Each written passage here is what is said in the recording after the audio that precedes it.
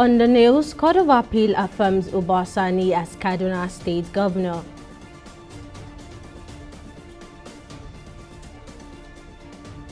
National Executive Council NEC provides initiative to safeguard citizens.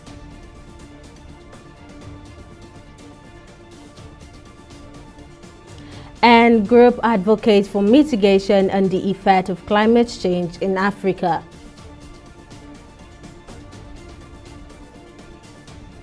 Hello and welcome to News Now on TV36 Nigeria. I'm Tamilore Akinkolye. The Court of Appeal in Abuja has affirmed the election of Obasani of the All Progressive Congress (APC) as the governor of Kaduna State. Sani secured 730,001 votes, defeating his closest rival Isa Ashiru of the People's Democratic Party, who garnered 719,196 votes. Isa Ashiru contested the election outcome, arguing that Sani did not secure the majority of law votes and claimed that the margin of lead was less than the total number of PVCs collected in the affected polling units. The appellate court, which affirmed the election of Obasani, emphasized that a key witness presented by the People's Democratic Party (PDP) provided hearsay evidence, lacking first-hand knowledge of the alleged malpractice. Additionally, the court supported the tribunal's decision to dismiss the PDP's petition and that of Isa Ashiru. It is a victory for the good citizens of Kaduna State and a victory for Nigeria at large. I'm calling on both the petitioners and members of the opposition party to see reason behind this judgment and join hands with Governor Senator Obasani and Jack Kaduna State to a greater height. We thank the judiciary, we thank the appeal court for upholding the initial judgment of the tribunal, and also for agreeing with our cross appeal. So we thank the judiciary, and we are promising Kaduna State engineers that by the grace of God, Obasani will deliver all his campaign promises made during the election, during his campaign. The vote that we got has been already defended. So my own calls for them to come. All of us want to rule Kaduna State to move people forward. So they should come so that we can all move the people forward. I have no doubt that it will go a long way to enrich the jurisprudence of election petitions in Nigeria. So we are grateful for the judgment. The court has thrown that out, so there will be no supplementary poll. Due to perennial flooding emergencies in Nigeria, the National Executive Council (NEC), chaired by Vice President Kashim Shettima, has taken a proactive step by approving the provisions of insurance coverage for states nationwide. The insurance is intended to serve as a protective measure against disasters, offering a safety net for both citizens and farmers, including both large and small-scale agricultural operators. There are more details in this next report. According to the 2023 annual flood outlook put together by Nigeria's Hydrological Service Agency, states with high agricultural output fall within the high probable flood risk areas, which suggests food insecurity if nothing is done.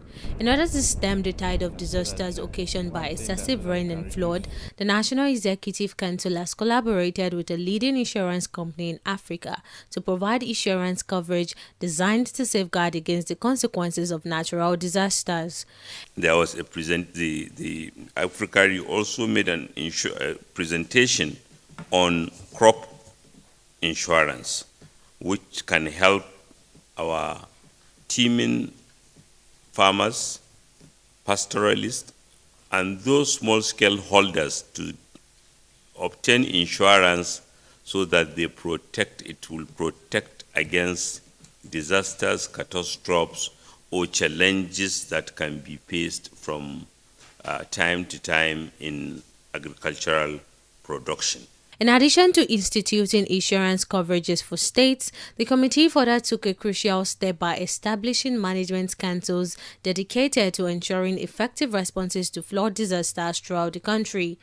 The establishment of National Flood Management Council to be domiciled in the office of the Vice President of the Federal Republic of Nigeria. Upon advice from this council to Mr. President, depending on the magnitude of the flood, especially if it is Category 4, then Mr. President will declare state of emergency. Funding options. We recommended annual budget for both state, federal, and local government, ecological fund for both state and federal government, natural resource development fund, special intervention funds, disaster and emergency. Recognizing the existing challenges within the healthcare sector, the Council is creating a platform where state governors can reaffirm their dedication to addressing and amending the issues prevalent in the sector. Looked at all the problems or challenges of health sector, from financing, from the human capital, from the supervisory point of view, and even from the leadership level, from the presidency to the local government, and the need for us as governors, as local government, and even as you media, to put interest in health sector. Because without the health sector being taken care of, we may not even have the now artificial intelligence, even the intelligence that we need.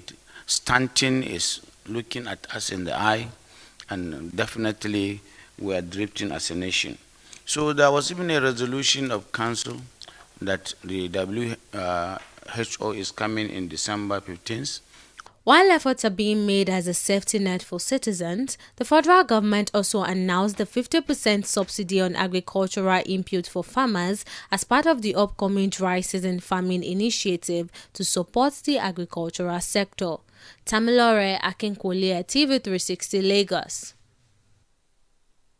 The House of Representatives Committee on National Planning and Economic Development has declared its commitment to steering Nigeria away from economic decline by implementing comprehensive intergovernmental and budgetary reforms. The committee, chaired by Isiaka Ibrahim, underscored the significance of a coordinated approach for sustainable development during its inaugural meeting at the National Assembly complex in Abuja. He expressed unwavering dedication to realizing their vision, aligning with President Bola Ahmed Tinubu's renewed hope mantra for the nation.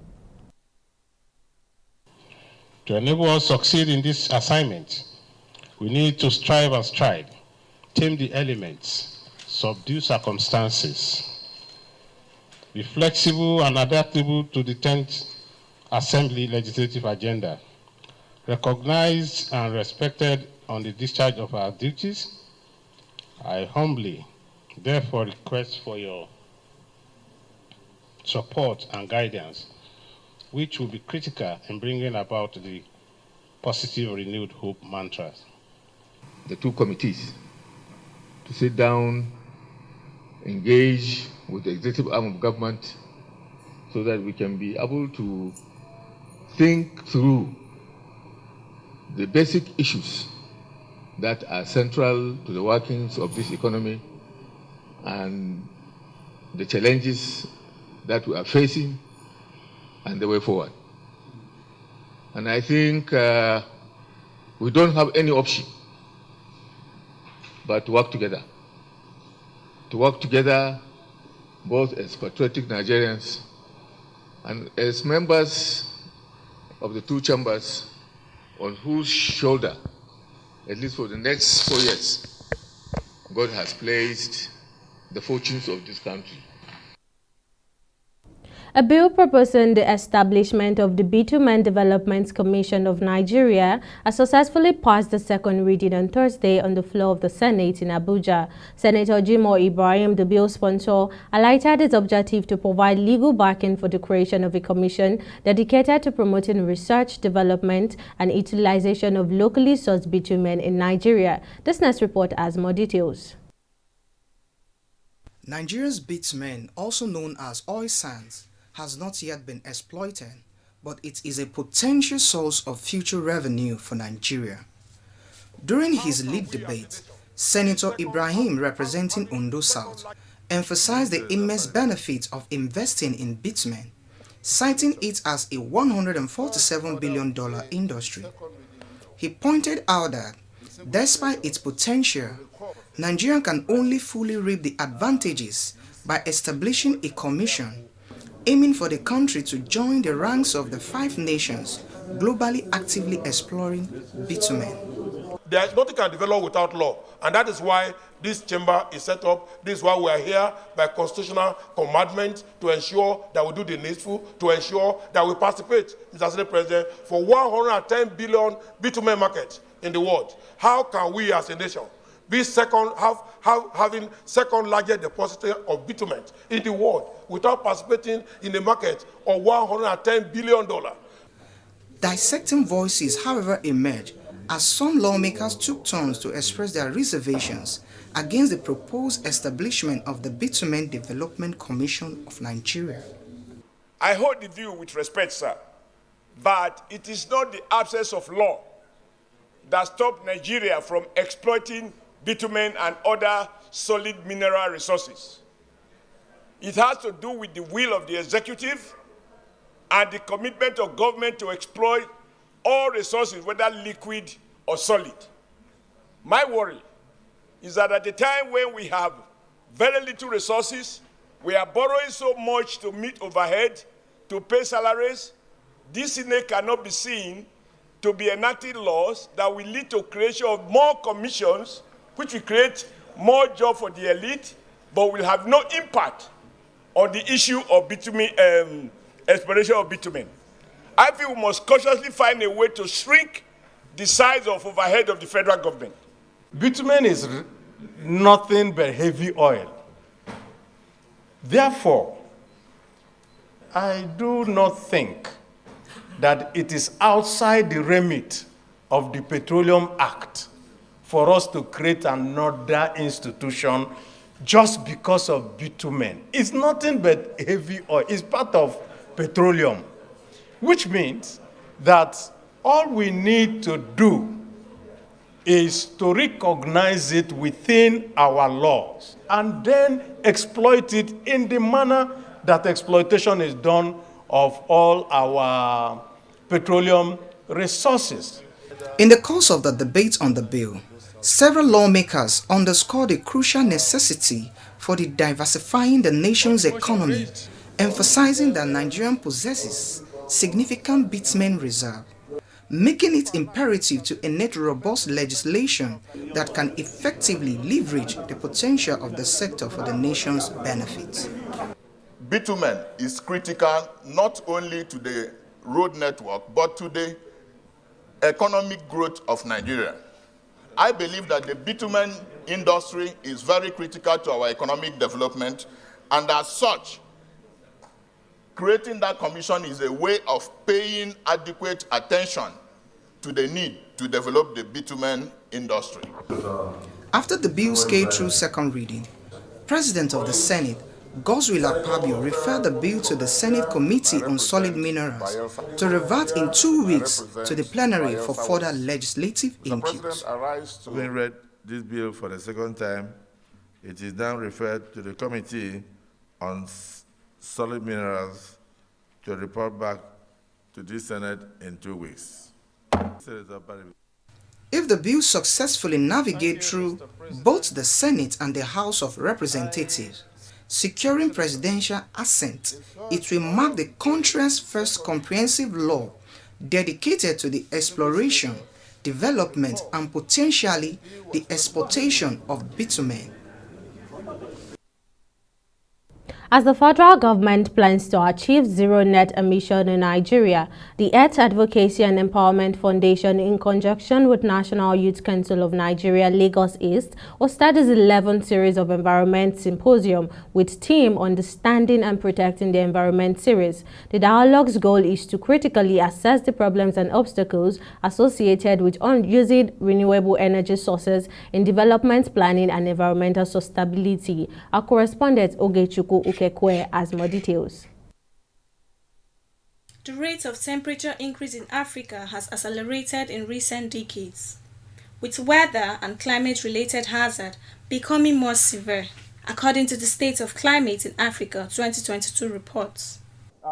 In Nigeria, climate change adaptation is critical, particularly for the country's development, people's safety, and the environment. But it's becoming more and more important to incorporate adaptation to climate change into development planning. The Paris Agreement makes us to understand that every young people need to understand the concepts and the context of climate. So youth engagement is actually one of the climate-related education that we need to start looking at, and the kind of awareness and the way we are disseminating this knowledge so that we can build what we call knowledge transfer within young people, and to also help us inspire society change in our younger generation.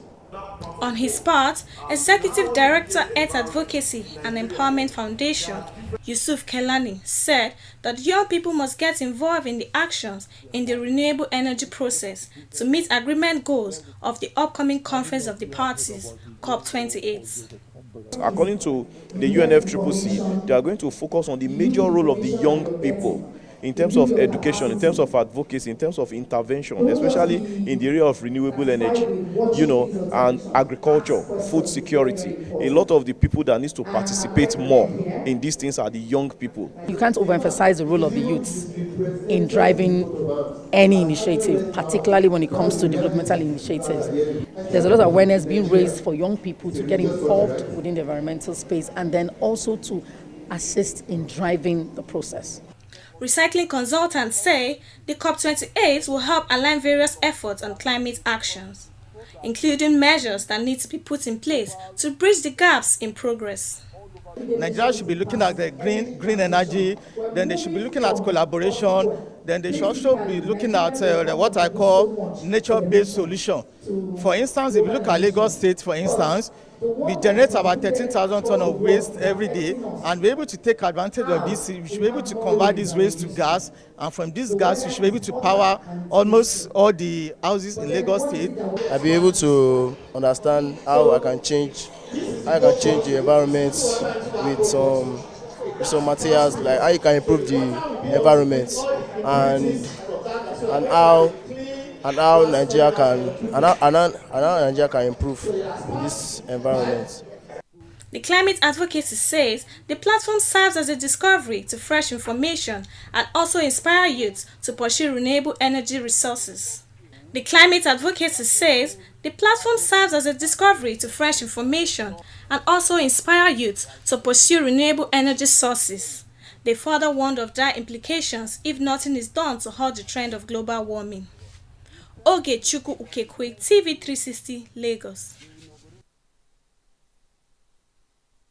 We'll take a break here, but still to come, Nigeria records 2.54 GDP growth in the third quarter of 2023. Details of the story right after this break.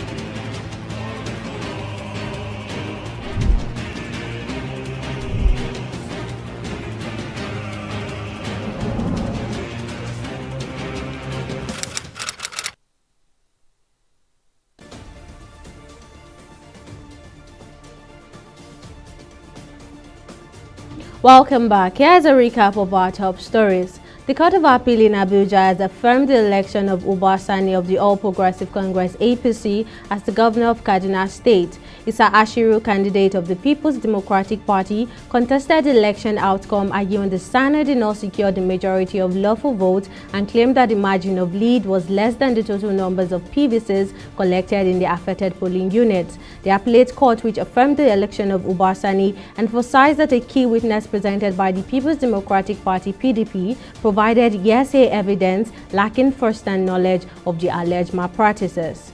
We also told you that due to perennial flooding emergencies in Nigeria, the National Executive Council (NEC), chaired by Vice President Kashim Shettima, has taken a proactive step to approving the provision of insurance coverage for states nationwide. This insurance is intended to serve as a protective measure against disasters, offering a safety net for both citizens and farmers, including both large and small-scale agricultural operators. And in case you missed any of the news bulletin or for more updates, you can catch us on Limasword TV or log on to our website on www.tv360nigeria.com.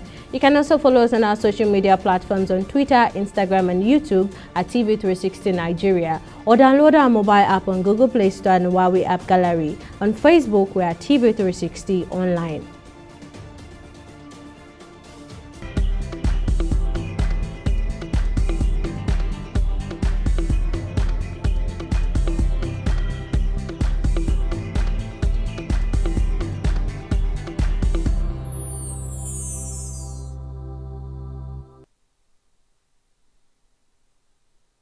It's now time for business news. Let's now join Simisola Adigun for the latest in business. Over to you, Simi. Thank you very much, Tamilore. Welcome to Business News. The National Bureau of Statistics, NBS, latest report on Nigeria's GDP growth rate for the third quarter of 2023 shows that the economy grew by 2.54%, slightly up from the 2.51% recorded in the second quarter of 2023. Now, when compared with the corresponding quarter of 2022, the current growth rate surpasses the 2.25% recorded in the third quarter of 2022. According to the Bureau, the performance of the GDP in the third quarter of 2023 was driven mainly by the services sector, which recorded a growth of 3.99% and contributed 52.70% to the aggregate GDP. The report also shows that in the third quarter, the country recorded an average daily oil production of 1.45 million barrels per day and contributed 5.48% to the total GDP in the third quarter of 2023, down from the figure recorded in 2022 and up from the preceding quarter. We'll take a short break and return with stock market report. Do stay with us.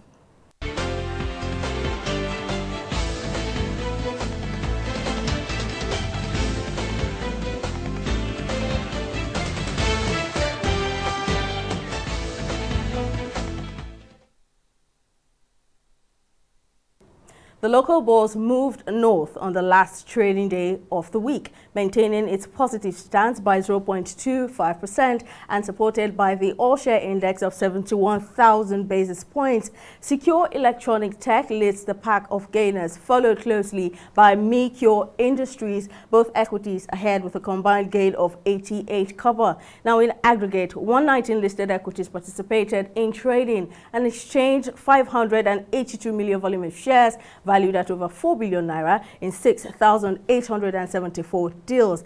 Now for our select global stocks, it's the green season as the UK's FTSE US Dow Jones and Japan's Nikkei recorded gains of 0.62%, 0.20% and 0.52% respectively. Analysts, however, warn that despite optimism having surged across global markets this month, there may be also a lull ahead as investors position their portfolios for 2024. Well, that's all on business and stock market report. Tamilore has the rest of the news.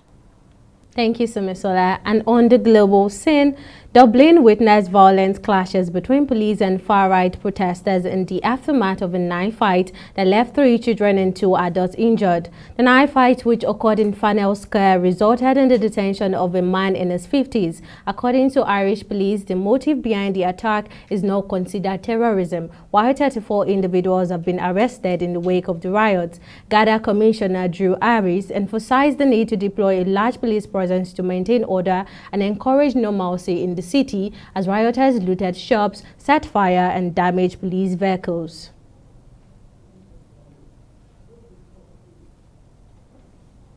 And in sport, former Paralympic champion Oscar Pistorius, convicted of murdering his wife River Steenkamp in 2013, is set to be released on parole nearly 11 years after the tragic incident.